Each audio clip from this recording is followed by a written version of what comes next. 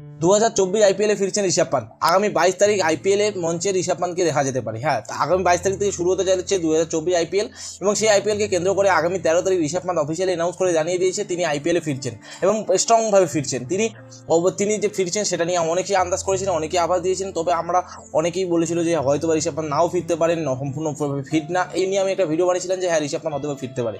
তবে অফিসিয়ালি ঋষভ পান্ত সম্পূর্ণ জল্পনা কল্পনাকে চুরমার করে দিয়ে তিনি 2024 আইপিএলে ফিরছেন এবং দিল্লি ক্যাপিটালস দলকে সম্পূর্ণভাবে নেতৃত্ব দেওয়ার জন্য প্রস্তুত হয়ে আছেন। আপাত দৃষ্টিতে যদিও তিনি কোনো বড় টুর্নামেন্ট না খেলে থাকেন, তবে তিনি ডোমেস্টিক ক্রিকেট খেলেছেন এবং তার উপর তিনি খেলেছেন তার লোকাল টুর্নামেন্ট, উত্তরাখণ্ডে তার বাড়ি, এবং সেই উত্তরাখণ্ডে তিনি অনেক লোকাল টুর্নামেন্ট খেলেছে বলে জানা যায়। তবে এই মুহূর্তে যদি আপনি ঋষভ পান্তের কথা বলেন, ঋষভ পান্ত যে ফিরছে আইপিএলে এটাই অনেক। 2022 সালে তিনি তার অ্যাক্সিডেন্টের পর থেকে ঋষভ পান্তকে অনেকভাবে মিস করেছিলাম। আমরা দেখেছিলাম যে টেস্ট ক্রিকেটে ভারতের অবনতি দেখেছিলাম, ঋষভ পান্তের মতো একটা প্লেয়ারের অভাব দেখেছিলাম।